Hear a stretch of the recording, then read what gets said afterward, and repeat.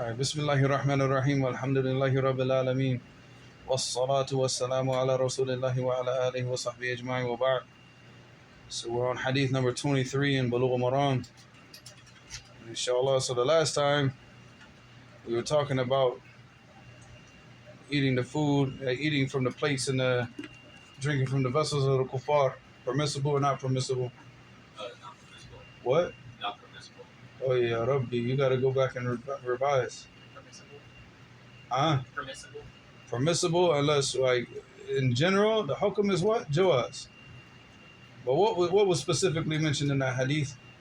Like if they, like alcohol and work. Yeah, if you know, like, there's like either or like a strong assumption, or you know that they consume alcohol in those glasses, or they eat pork, or maybe they eat pork on the plates, or they cook pork in the pots. Then yeah, you should wash those plates or whatever vessels first before you use them. But other than that, then the permissibility. Like, for example, if your neighbor is a Hindu, Hindus are like what? Vegetarians, right? So I don't think Hindus are going to be cooking, No, a lot of them eat chicken and lamb and goat. They don't do. eat beef. Well, they don't eat pork, though. Yeah. They eat pork. They do. Hindus? A lot of the secular Hindus. Oh, dear. They might be cooking something else in those They pots. won't eat beef, but they'll eat. All right, let's just say that your neighbor's a vegan, okay? Sorry, so, there you go. I don't know about the glasses, but, at least as far as the plates and the pots and everything, then there's no issue. All right, this one, we're going to deal with the vessels and if something happens and how to repairing the vessel using silver, inshallah. So, وعن أنس بن مالك رضي الله عنه أن قدح النبي صلى الله عليه وسلم انكسر فاتخذ مكان الشعب سلسلة من فضة أخرجه البخاري.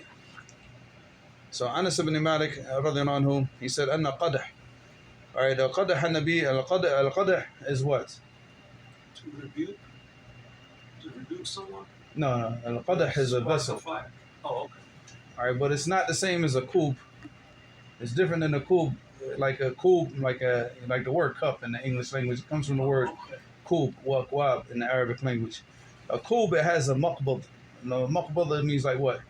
Handle. Handle, something that you hold on to. But the qadah, it doesn't have that. So what do they use? Generally, they use the qadah for drinking like nabith. Basically what they'll do is they'll take dates. They'll put the dates in the water overnight. And then in the morning, they'll like squeeze out the water using like I don't know how they did it, but like how the people would do it now, they just blend it. Or maybe in the villages they use like a cheesecloth or something to squeeze the juice out of it and they drink the juice. So they used to use this qadah for the purposes like that. They also do it with raisins.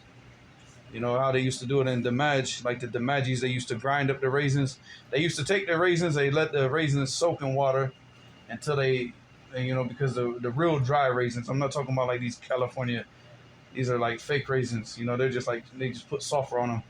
But the real dried raisins, where they actually dry them up in the sun, they're like real dry. When you set them in water, they plump up, they fatten up. And then they grind them. And when they grind them, they squeeze all the juice out of it. And they drink this during Ramadan. I mentioned this one time, I think, in a class. We drank this and I went to Sheikh Yahya's dars between Maghrib, but after Salat al-Isha in Ramadan. And I had to leave the class. I had to leave. I just couldn't sit down. I just kept talking. Like, I was like this the whole class, just moving back and forth. And I couldn't focus. I said, I got to go. I looked at the haras, the haras, they got the guards with the AKs on the door. I said, I can't, I got to. They're like, go. Because it's Ramadan, they're like, go ahead, go. You have to get permission to leave, so. But, Allah musta'an. So they use that, the qadah, for that purpose, for drinking these types of drinks in it. All right, and it doesn't have a handle, like I said. All right. So he said, Anna qadah an-nabi. So this drinking vessel that the Prophet ﷺ had, inkasar, it broke. It didn't broke. I mean, it wasn't like it was broken, but it cracked. All right, it cracked. And obviously, if it's cracked, then if you pour liquid into it, then what's going to happen? It's going to leak out. Yeah, so then to have something soak. And then so, I mean, what material it was made out of? Was it made out of wood? Was it made out of clay? Was it made of, we don't know. But the important thing is that it cracked And that's why he said, فَاتَّخَذَ مَكَانَ الشَّعْبِ. All right, the sha'b is like what? A shiq. A shiq is like the fissure. Is that what they call it in English language? Fissure or tear. Yeah, like a crack, like a small little. Yeah, so he basically he filled up the crack with silsilat min fidda, like he put some like a silver, like you melt it down, you pour it into the crack, then it dries up, and then it fills up the crack, and then it's repaired. You see this a lot, even with in old school Japanese people. They do this. They're famous for this, like, but they use gold and silver. Here you see that the Prophet ﷺ only used silver. All right. This shows the permissibility of using silver for this purpose, if it's a small amount. I mean, obviously, if you've like broken the whole, you can't like replace like half the cup with silver, because then it will become like a silver drinking vessel. But if it's just like a crack and to repair it with silver, some of the ulama, they say also the permissibility of using gold, but that's not mentioned in the hadith, and nor is there any hadith where gold is mentioned, to use gold. So like some of the ulama, most of the ulama, they say the permissibility of using gold. I would shy away from that for the fact that the Prophet ﷺ used silver. Gold was available. And then other people would say, well, he used silver. He could have used other metal. Yeah, he could have used other metals. He had other metals available to him. He had copper. He had steel. He could have filled up that crack with anything. But he chose silver because of what? His durability, and because this was obviously they lived in a time where they couldn't afford to just take a cup and what? Well, that one's done. Let's go to Walmart and buy another one.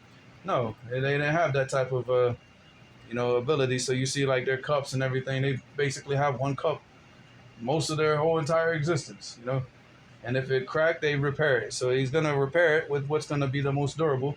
So this shows the permissibility of using silver for that purpose. If you have to repair a cup, a vessel, if it's cracked, or maybe even a plate if it's cracked, but if it's a small amount. But if it's going to be a large amount, then no, because then it's going to actually turn into a silver vessel. And I would shy away from using gold, even though the ulama say it's permissible, because you don't see that in any of the hadith where the Prophet ﷺ used gold. So if he didn't use it, then we're going to follow the guidance of the Prophet ﷺ. If silver was good enough for him, then what? It's good enough for us, inshallah. So inshallah, sanaktafi biha. This hadith is in Bukhari, rahimahullah. وإلهنا سبحانك اللهم وبحمدك أشهد أن لا إله إلا أنت أستغفرك وأتوب إليك.